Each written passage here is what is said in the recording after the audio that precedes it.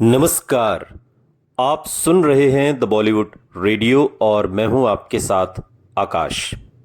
दोस्तों, आज के इस पॉडकास्ट में बात राजेश खन्ना की उन सदाबहार फिल्मों पर हम कर रहे हैं जिसमें अगली कड़ी में हम आ पहुंचे हैं फिल्म सफर पर। आराधना, दो रास्ते, डोली, बंधन और खामोशी के बाद फिर राजेश खन्ना सच्चा झूठा के साथ अगली फिल्म लेकर आए, सफर। सफर राजेश खन्ना की वो फिल्म थी जिसमें शर्मिला टैगोर के साथ उनकी जोड़ी एक बार फिर दोहराई जा रही थी। कामयाबी की रेल लगातार तेज रफ्तार से दौड़ रही थी और अगला पड़ाव बनी फिल्म सफर। इसमें राजेश खन्ना ने अविनाश नाम के एक आर्टिस्ट पेंटर का किरदार निभाया जिसे कैंसर हो जाता है। फिल्म में कई यादगार सीन थे और ऐसी ही एक सीन में अविनाश अपने डॉक्टर अशोक कुमार से पूछता है कि उसकी जिंदगी के कितने दिन बाकी हैं। और ये बिल्कुल ठीक वैसा ही है जैसे फिल्म आनंद जो बाद के दिनों में आई, उसमें जिस तरीके का सीन होता है। और जवाब में डॉक्टर कुछ कहता नहीं, बस मेज पर रखा आवग्लास यानी रेत की घड़ी को उल्टा कर देता है। धीरे धीरे गिरती रेत की तरह घटती सांसों में अविनाश को अपना जवाब मिल जाता है। इससे पिछले साल आराधना, अब सफर और बाद में आनंद और नमक हराम जैसी फिल्मों में राजेश खन्ना के निभाए किरदारों की मौत हो जाती है। आमतौर पर हिंदी फिल्मों में हैप्पी एंडिंग तलाशते दर्शक हीरो की मौत को पसंद नहीं करते, लेकिन राजेश खन्ना ने ट्रेंड को बदल दिया। उनके डेथ सीन दर्शकों पर गजब का असर डाल रहे थे। उनसे पहले ऐसा प्रभाव सिर्फ ट्रेजेडी किंग दिलीप कुमार के फिल्मी डेथ सीन्स ने डाला था, मगर 70 के दशक की शुरुआत में राजेश खन्ना ने अपने खास अंदाज में एक ऐसे किरदार में जान फूंक दी जो मौत सामने देखकर मुस्कुराता है, जो मौत पर कहकहे लगाता है। दर्शकों ने इन रोल्स में राजेश खन्ना को बेहद पसंद किया और शायद यही वजह थी कि इसको लेकर उनका एक अजीब सा ऑब्सेशन शुरू हो गया। उन्हें लगने लगा कि जिस फिल्म में उनका किरदार मरेगा यानी उनके किरदार की मौत होगी, वो फिल्म सुपर डुपर हिट होना तय है या दर्शक पर उसका गहरा असर होगा। यह ऑब्सेशन आने वाले सालों में उनकी फिल्मों में और भी अहम होकर सामने आने वाला था। डेथ सीन्स निभाने की उनकी प्रतिभा के बारे में मराठी कवि और लेखक दिलीप चित्रे ने एक बार अपने एक आर्टिकल में उस दौर में लिखा कि पर्दे पर राजेश खन्ना की मौत में कुछ नयापन जरूर होता है। जो जोशीले, उल्लासित, तेज से भरे और प्रसन्नचित युवा नजर आते हैं। अगर पर्दे पर उनका मरना लिखा है तो ये बेहद जल्दी और अन्यायपूर्ण लगता है। उनकी ये मौत देखकर टीनेज लड़कियां दिल खोलकर आंसू बहाती हैं। मैंने खुद अपनी आंखों से देखा है। दिलीप चित्रे ये तमाम बातें अपने आर्टिकल में लिखते हैं। और लेकिन अगर कोई था जिसे पर्दे पर राजेश खन्ना की मौत से सख्त ऐतराज था तो वो थी राजेश खन्ना की चाई जी, उनकी मां। एक इंटरव्यू में बाद के दिनों में राजेश खन्ना ने खुद कहा कि फिल्म सफर के एक ट्रायल शो के दौरान मां बेहद बीमार हो गई, चाई जी, और उन्हें उसी वक्त अस्पताल में एडमिट करवाना पड़ा।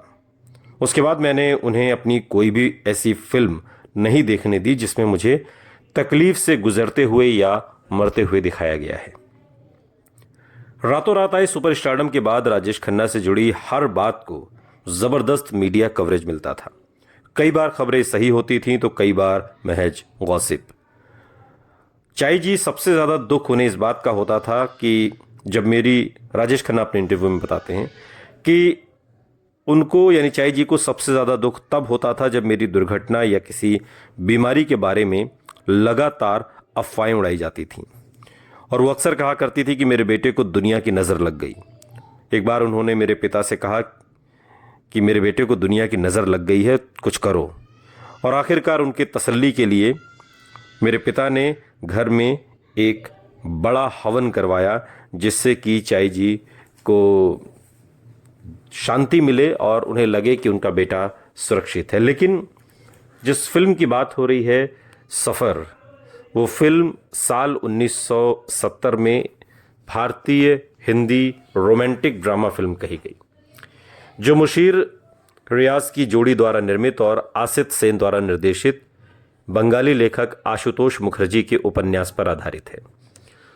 और अक्सर लव ट्रायंगल फिल्मों में होता यह है कि एक हीरो मर जाता है और दूसरे के साथ हीरोइन फिर अपना घर बसा लेती है और दोनों उसको याद करते हुए भावुक होते हैं। आमतौर पर ऐसा होता है लव ट्रायंगल में। लेकिन ये लव ट्रायंगल की एक ऐसी फिल्म है जिसमें दोनों हीरो मर जाते हैं और ये एक नए तरीके का प्रयोग था। फिल्म में अशोक कुमार, राजेश खन्ना, शर्मिला टैगोर और फिरोज खान मुख्य भूमिकाओं में हैं। ये फिल्म साल की 10वीं सबसे ज़्यादा कमाई करने वाली फिल्म अपने दौर में थी और इसने एक फिल्म फेयर पुरस्कार और 4 बंगाल फिल्म जर्नलिस्ट एसोसिएशन पुरस्कार जीते।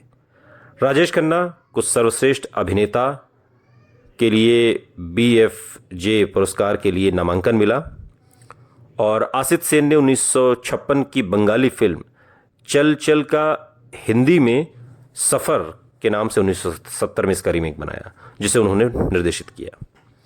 और लगातार जो 15 से 17 सुपर डुपर हिट फिल्में राजेश खन्ना की रहीं, उसमें एक फिल्म ये भी रही सफ़र, जिसे राजेश खन्ना की ऐसी फिल्म कहा गया जिसका संगीत अभूतपूर्व रहा और सुपर डुपर हिट भी रहा।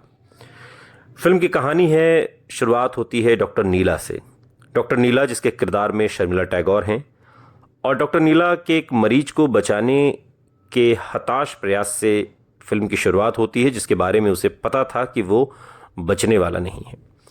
और वो डॉक्टर चंद्रा जिसके किरदार में अशोक कुमार हैं, उनके मार्गदर्शन में काम करती है, जो उसे बताते हैं कि डॉक्टर कितनी भी कोशिश कर ले कभी कभी एक मरीज बच नहीं पाता। कहानी फ्लैशबैक में चली जाती है।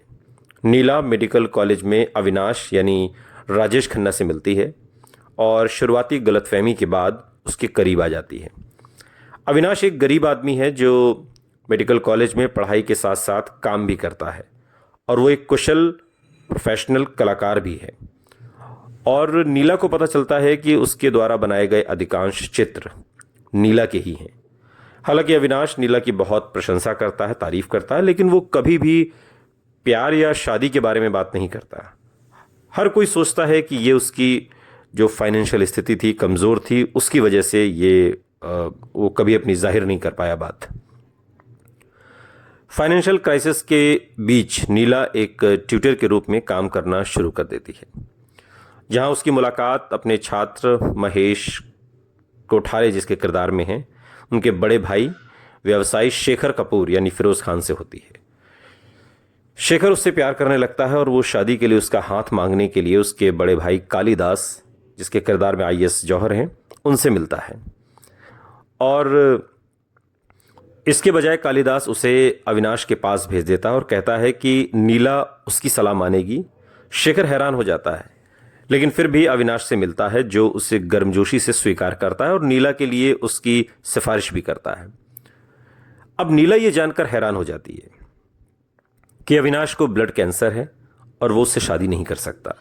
एक गहन सीन के बाद जहां उसे धनी स्वस्थ शेखर के साथ घर बसाने के लिए राजी करता है, वो आखिरकार शेखर से शादी करने के लिए राजी हो जाती है। और शुरू में ये जोड़ा एक साथ खुश रहता है, लेकिन शेखर को हमेशा लगता है कि नीला उससे प्यार नहीं करती जितना वो उससे करता है। इधर व्यापार में घाटे का सामना करते हुए वो नीला की सहानुभूति चाहता है, लेकिन अपनी परेशानियों को उसके सामने जाहिर नहीं करता। उसकी असुरक्षा उसे अपने छोटे भाई मोंटू को नीला के पीछे हर जगह जाने के लिए प्रेरित करती है, जिससे कि जो शादीशुदा जिंदगी है उसमें क्लेश बढ़ जाता है। इसके अलावा नीला नियमित रूप से अपने भाई के घर जाती है, जहां अविनाश अक्सर आता है। वो अविनाश के घर भी जाती है। शेखर को धीरे धीरे नीला और अविनाश पर शक होने लगता है और वो अपने छोटे भाई से उस पर जासूसी करने के लिए कहता है। बाद में उसे एक लव लेटर मिलता है जिसे कभी अविनाश ने लिखा था, क्योंकि उसने सिर्फ मौज मस्ती के लिए नीला की लिखावट की नकल की थी। हालांकि एक गंभीर गलतफहमी में शेखर को लगता है कि नीला ने वास्तव में अविनाश को वो प्रेम पत्र लिखा है और वो तबाह हो गया है। वो उसे शादी से आज़ाद करना चाहता है और खुदकुशी करके मर जाता है। पुलिस को संदेह है कि नीला ने उसे मार डाला है और उसे हत्या के आरोप में गिरफ्तार कर लिया जाता है। मुकदमे के दौरान एक आश्चर्यजनक मोड़ में शेखर की मां श्रीमती कपूर जिसके किरदार में नादिरा हैं, जो हमेशा अपनी बहू से दुश्मनी रखती थी, उसके बेदाग चरित्र के पक्ष में गवाही देती हैं। अदालत नीला को बरी कर देती है और बाद में पता चलता है कि अविनाश ने ये जाने बिना कि शेखर ने खुदकुशी कर ली है, अपने वैवाहिक जीवन से दूर चला गया। वो अपनी बीमारी के अंतिम चरण में वापस आता है और डॉक्टर चंद्रा के अस्पताल में दम तोड़ देता है। दिल टूटा और तबाह नीला जीने की इच्छा खो चुकी है, लेकिन डॉक्टर चंद्रा उसे सांत्वना देते हैं और उसे अपने जैसा एक महान सर्जन बनाने के लिए अपने संरक्षण में लेते हैं।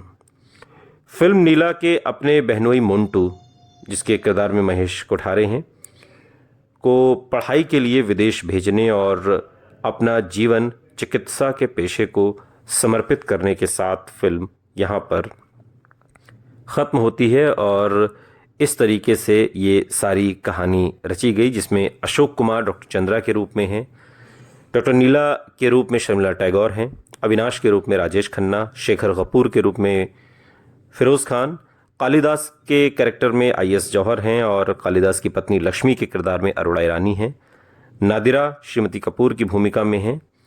और इसके अलावा इस फिल्म के जो गीत थे वो इस फिल्म के काफ़ी मशहूर हुए, जिनको लेकर हमेशा बात की गई।